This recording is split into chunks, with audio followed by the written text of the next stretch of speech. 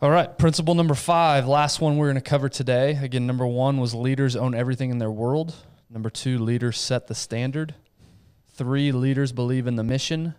4, leaders check their ego. And then number 5, what we're going to wrap this episode up with, is leaders keep it simple.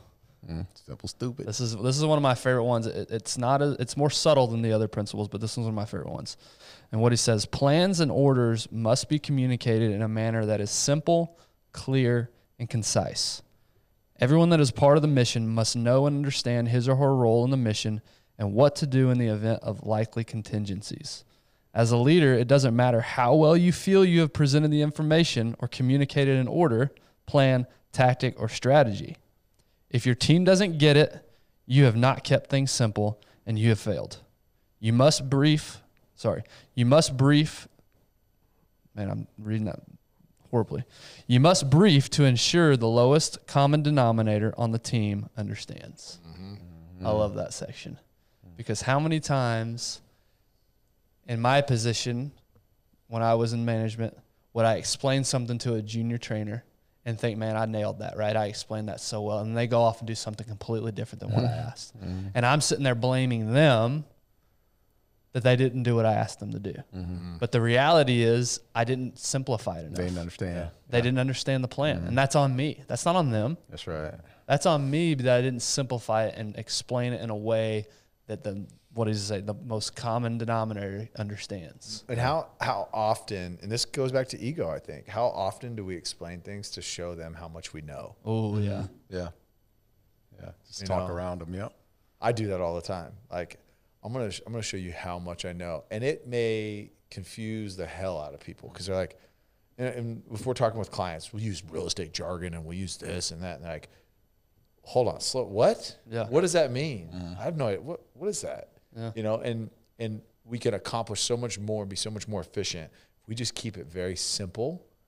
Don't prove how much you know, but the point that needs to get across, you get it across very plainly. Yeah.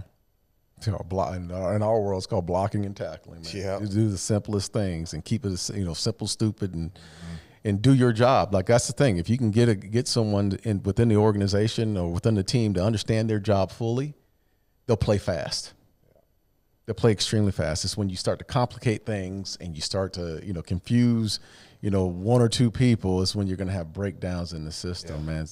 Where does that complication come from, do you think? Why is it hard as a leader Because sometimes to simplify? I think sometimes we don't want to, as leaders, we don't want to get dirty. We don't want to get take the time to actually want to sit on our pedestal, which I've done before, sit on our pedestal and just say, hey, you're going to do this, this, this, and that, and then not be willing to spend the actual time to show them what you want to get accomplished. Well, not to call you out, but I'm calling you out. Earlier, you made a comment, and I'm with you. I'm totally with you, but it kind of ties into this. You said, I wish I had a team full of dumb, whatever you said. Yeah, sometimes you do, man, yeah.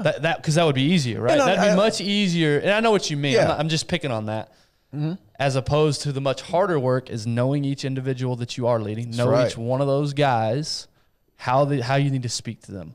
What do they respond to? Yep. That's a much tougher and more complicated role than simply just painting it with a broad brush. Yeah, Here's one explanation. So if you don't get it, then you don't get it. Screw you. And I think it's a little bit of both, because like Tyler said earlier, you got to be convicted, right? You want guys that are convicted, that want to play, right? You want to simplify it for those guys as well. And what I'm trying to get across to you is, like, individually, you're probably going to have to spend some time with some guys to show them exactly what you want them to do. But once you got them on your page, man, I'm telling you, if you get individuals doing their job, I don't expect Tyler to do your job, and I don't expect you to do Tyler's job. But if I can convince you, like, if you do this, we have a shot. Yeah, we have and if I can get you there, then that's when you start to get everyone going down the same road. Yeah, and I think another point there is explaining why it's important to that person. What's in it for that person? Like, Darren, if you're trying to get me to do something, an easy way to convince me to do something is what's in it for me. Yeah. Because that's what I'm sitting there thinking, right? Yeah. If Darren, if you're telling me to do something, the only thing going in the back of my mind, okay, what's in it for me? Yeah. That's just how we are. Yeah. So if you can explain that in a simple and concise way, hey, here's what I need you to do, and here's why it's going to benefit you. Yeah.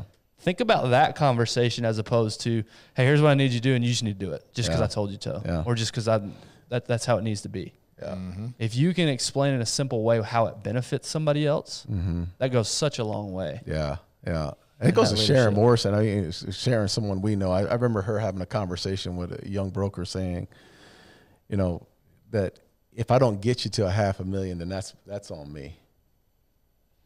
Yeah.